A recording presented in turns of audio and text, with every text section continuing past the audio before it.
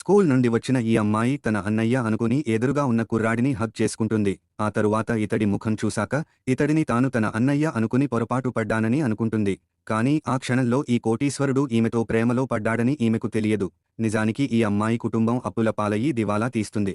కానీ తన చెల్లెలి చదువు నాశనం అవ్వకూడదని ఈమె అన్నయ్య, అతడి చిన్ననాటి స్నేహితుడు అయిన ఈ కోటీశ్వరుడు దగ్గరికి వచ్చి ఇతడి కాలుపై పడి తన చెల్లెల్ని కొద్ది రోజులు చూసుకోమని చెప్తాడు. అందుకు కోటేశ్వరుడు ఒప్పుకుని ఈమెను లోపలికి రమ్మంటాడు.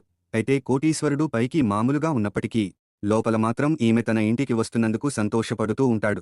ఆ తర్వాత ఈమెను లోపలికి తీసుకువెళ్తుండగా ఈ అమ్మాయి చూసుకోకుండా వెనక నుండి వచ్చి ఇతడిని గుద్దేస్తుంది. అలాగే ఈమె పడిపోతూ ఉండగా కోటీశ్వరుడు ఈమెను పట్టుకుంటాడు. అలా వీరిద్దరూ ఒకరి కళ్లలో ఒకరు చూసుకుంటూ ఉంటారు.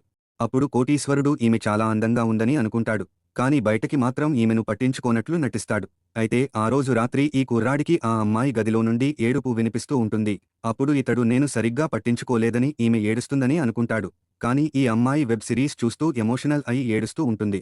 ఇతడు డోరు కొట్టగా ఏడుస్తున్న ఈమె ముఖాన్ని చూసి ఇంకెప్పుడు నీతో కఠినంగా ఉండను అని ఈమెకి క్షమాపణ చెప్తాడు. అప్పుడు ఈ అమ్మాయి మీరు నన్ను మీ ఇంట్లోకి ఆహ్వానించడం నాకు చాలా ఆనందంగా ఉందని అంటుంది. కాని కోటీశ్వరుడు నువ్వు బాధపడినందుకు బదులుగా నీకోసం ఒక కోరిక తీరుస్తా. నీకేమీ కావాలో చెప్పు అని అంటాడు. అప్పుడు ఈమె నాకు ఫారెన్ మందు కావాలని అడుగుతుంది. వెంటనే కోటీశ్వరుడు లక్షల విలువ చేసే ఫారెన్ మందు ఈమెకి తెప్పిస్తాడు. తాగిన తర్వాత మత్తులో ఉన్న ఈ అమ్మాయి కోటీశ్వరుడుపై పడి ఇతడి ఛాతిని బాగుందని నొక్కుతూ ఉంటుంది. అప్పుడు కోటీశ్వరుడికి ఈమె అన్నయ్య చెప్పిన మాటలు గుర్తు వస్తాయి.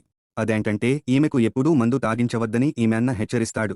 మరుసటి రోజు ఈమె నిద్రలేచేసరికి అప్పటికే కోటీశ్వరుడు ఆఫీస్కి వెళ్ళిపోతాడు. అయితే ఈ అమ్మాయి తన ఖర్చులకు డబ్బు సంపాదించాలని హోటల్లో పియానో వాయించే పనికి వెళ్తుంది. అయితే అదే హోటల్లో ఈ అమ్మాయి రిజెక్ట్ చేసిన కుర్రాడు ఉంటాడు. అయితే ఇతడికి ఈ అమ్మాయి కుటుంబం అప్పుల్లో పడిందని, ఈమెకు ఇప్పుడు డబ్బు అవసరం ఉందని తెలుస్తుంది. అందుకని ఇతడు ఈమె దగ్గరికి వెళ్లి నువ్వు రోడ్డున పడ్డావు అంటగా, సరే నీకు ₹1,00,000 ఇస్తాను, బదులుగా ఈ రాత్రి నాతో గడుపు అని అంటాడు. అందుకు ఈమె నో చెప్పి వెళ్ళిపోతూ ఉండగా ఇతడు ఈమె చేతిని పట్టుకుంటాడు. అప్పుడు ఈమెకి కోపం వచ్చి ఇతడి చేతిని కొరుకుతుంది.